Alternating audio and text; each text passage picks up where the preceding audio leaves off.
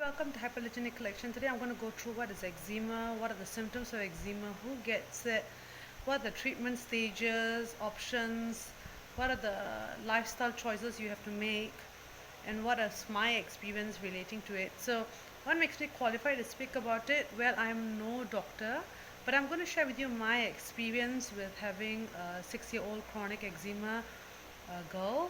I also have another girl, but she doesn't have any medical conditions, so I'm able to compare and contrast. One works, one doesn't work.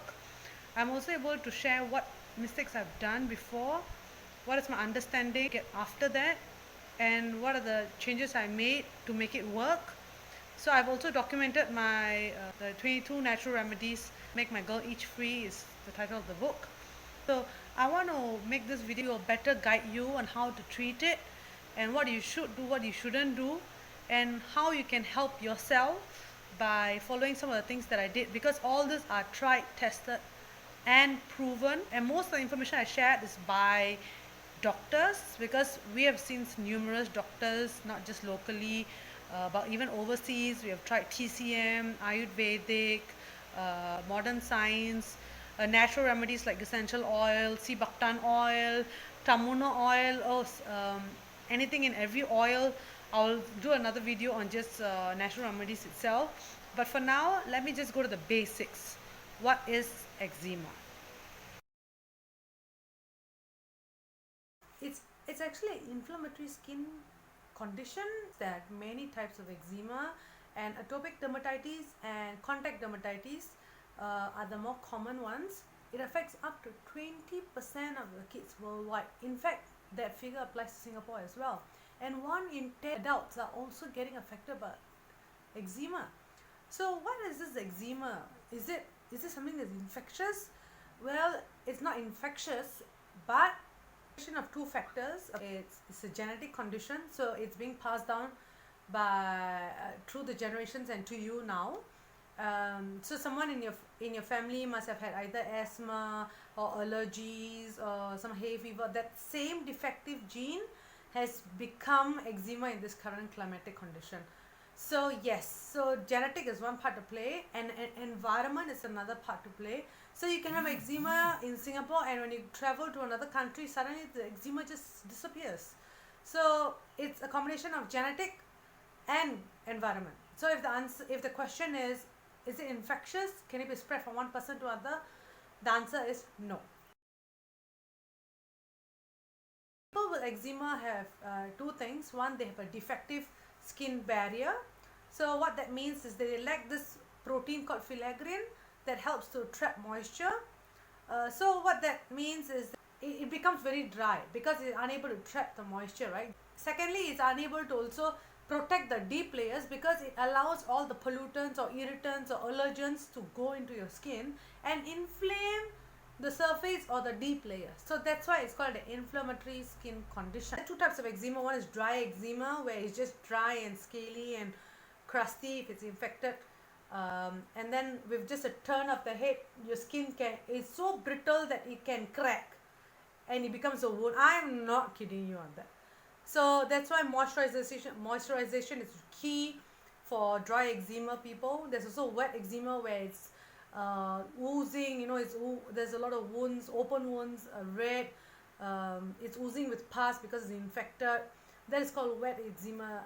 Both types of people need different style of treatment, but it's painful either way.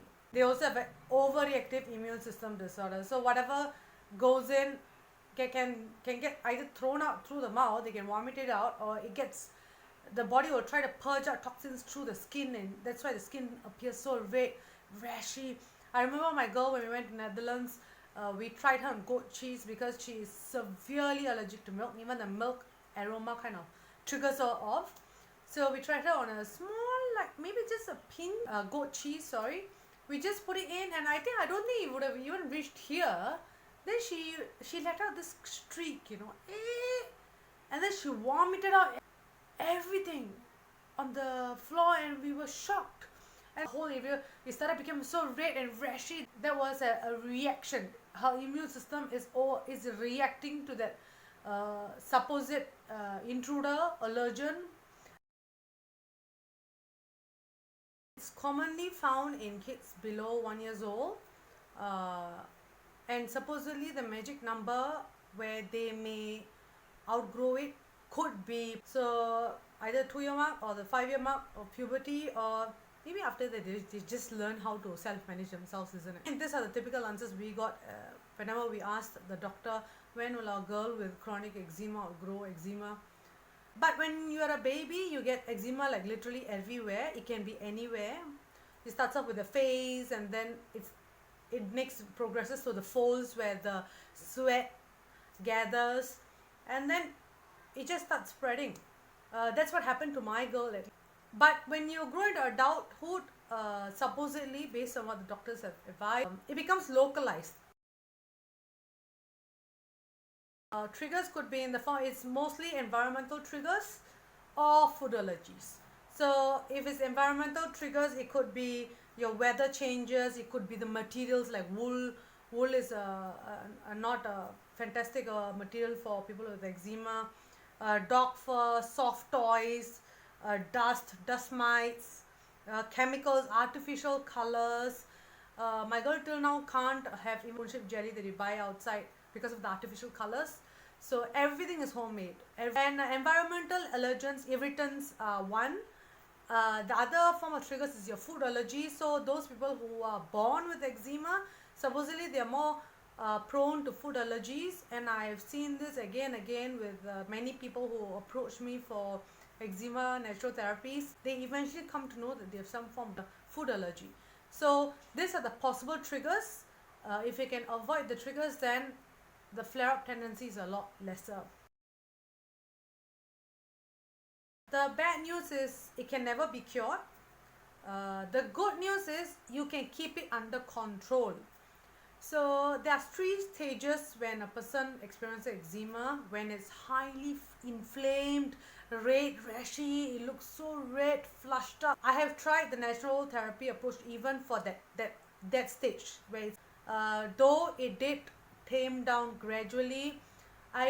One doctor told me, I totally remember this episode where he said that, yeah, you're keeping it from progressing further, but her skin looks so aged to that of a 90-year-old. And I say, how can that be? She says, any skin that is inflamed ages. So the longer you're continuing the inflammation to be present in the skin, the faster you're aging the skin. Wow. So if you put steroids, you're ending the inflammation quickly, and then you can start your natural therapies after that. So if it's at a very serious stage, please consult a doctor, get that antibiotics for any open wounds or any infections that may have already set on the skin, steroids to calm the inflammation. There's a steroid for the face and there's a steroid for the body. The body one is more potent than the face because the face is thinner. Antihistamine for sure, because if it's highly charged, your histamine levels, which is the itch-causing hormone, is very high. So you need to suppress it so that you don't scratch so much and further damage the skin. There's one antihistamine which is very drowsy, which is given at night. Another one for the daytime to bring down the histamine levels. When it's like highly flared up stage, my dermatologists usually recommend that we give her the drowsy one to knock out at night, because the most damage is done at night. The itch-causing hormones are also the highest at night, so that's why they scratch a lot more at night. They will give you barrier ointments like the ceramide cream and all that to build back that protective layer and reduce the form of possible inflammations to follow. So, and wet therapy advice for those who have very serious chronic eczema, and so that you wear a wet cloth inside and then wear a dry cloth on top, so that it's able to give you the moisture that the skin needs. And as these people have more bacteria on the skin, the amount of bacteria going into the wound is highly likely. And when people with chronic eczema, the bacteria enters the wound, I'm telling you, there's no such thing as primary infection. It's straight away secondary bacterial infection. I totally remember the stage where my girl was peppered with, I think, hundreds or millions of bumps all over the body, was bluish purple. If it's a highly charged state and there's so much of cuts and wounds, please please consult doctor and get the ointment, steroids and whatever. No, I am totally not a person who likes steroids. Because I applied steroids on my girl like for about 2 years when I went back to work, and I totally remember that her skin was getting thinner and thinner. I didn't know that steroids thins the skin. Nobody in my family had eczema. It was a trial and error experiment for me with my girl, and she had chronic eczema, head to toe, right? I can finish one tube for half her body. I mean, there was that much of eczema all over her body. So I cannot be using like 2 tubes every day, right? So I apply sparingly on the worst spots, and then it becomes drying when you give all the treatment that is necessary. Your skin it starts to dry out, right? Your rashes starts to dry out. It becomes, and that phase is actually the itchiest. The drying skin is so itchy, I'm telling you, because I got contact dermatitis on my hand. I will start my natural therapies. I'll start a moisturizer more often, literally every hour or every 2 hours, depending on whenever I see it's dry, I'll straight away reach out for my cream and apply for my girl. The moisturizer, make sure you love, or the kid loves, the texture, the feel, the smell of it, because that's what's going to be on you more than even your clothes. And make sure you apply like within 2 minutes after your bath, because you want to seal the moisture that you got during the bath as soon as possible. So even if it's slightly wet, it's totally fine. Just slap the moisturizer on, please, people. You need as much moisture on people with eczema as much as possible. Supposedly some doctors say there's no long-term damage to antihistamine. I mean, I would like to believe so, because the damage that the kid does on his skin by scratching is even worse than antihistamine, I would believe. Antihistamine plus your moisturization 10 to 12 times a day is the way to go. The thicker the emulsion, the better. We use a lot of coconut oil with shea butter. I'll go into natural remedies in a separate video, but let me just focus on eczema and the treatment options. The third phase is the maintenance phase. I moisturize as well. As long as your moisture is in, you're trying to rectify the defective barrier that's able to allow pollutants in. So if you keep the moisture on top of your skin, you're trying to reduce the possible inflammation that's to follow. And then there's this immunity modulators they give, and I mean, when you don't use steroids and you feel that this inflammation is going to be coming up, then you try to apply those immunities modulators. But I try not to go that way. So 3 phases. Natural therapies, I believe, from my 6 years of experience, it starts from the drying of skin, the drying of rashes, and the maintenance phase. That is the treatment phases.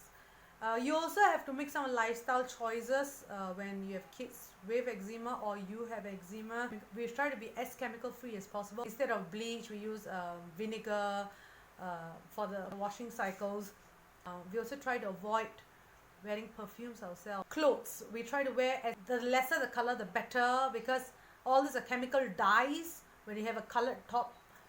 So as chemical-less as possible, as breathable material as possible, as less clothes the better. So for when it's inflamed and the drying up phase, I try to keep her covered up so that it reduces the exposure to the allergens, and try to make her wear a very long Alibaba kind of airy pants and top. But when it's in the maintenance phase, I like to keep her a bit more airy. She can wear her shorts, her shirts, because I need her skin to get sensitized to the environment. You try to keep her off the heat. Now Singapore is so hot. I try to keep a fan blowing at her all times. When we travel, we only travel during winters or spring for the countries that we are traveling to.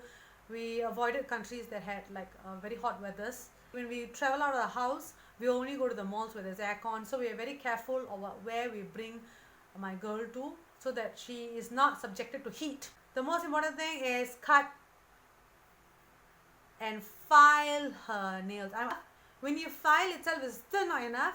It looks blunt, but I'm telling you, people with eczema scratch using just the corner, one bit, and cause so much damage over the night. Oh my god, the damage recovery itself will take the next few weeks. Yes, make sure you run through your finger from the one side to the other side, up and down, to make sure there is no sharp or rough surface that will bring about another scratch.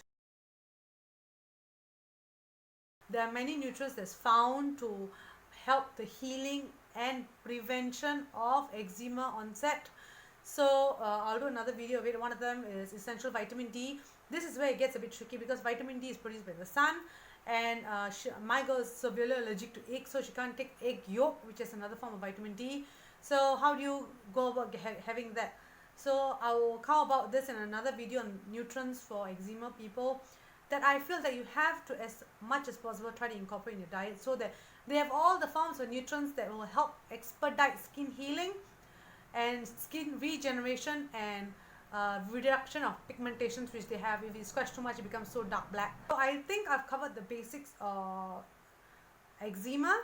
I am putting up these videos because a lot of people have been coming to me asking for eczema advice, and I will be following up with a few more videos on what the nutrients needed by eczema people, which I am very particular about. I feel that it has helped my girl a lot, and many other natural remedies that I've done, and I feel that it has helped my girl by heaps and bounds.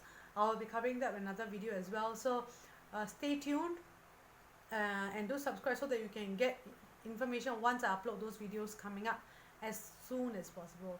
So feel free to reach out to me. I'm always here, especially to guide people with eczema, kids or eczema itself, because I know how it feels.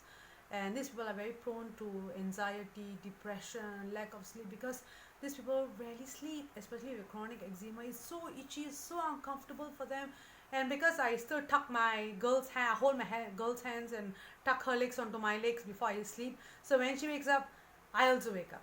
So it's been a painful process for her and people who look after kids with eczema. So do spread this video to those people who don't know, and those who are new to eczema or who have just found out that their kids have eczema, so that they're enlightened on what to do and not to do. Thank you so much for tuning in, and have a wonderful week ahead.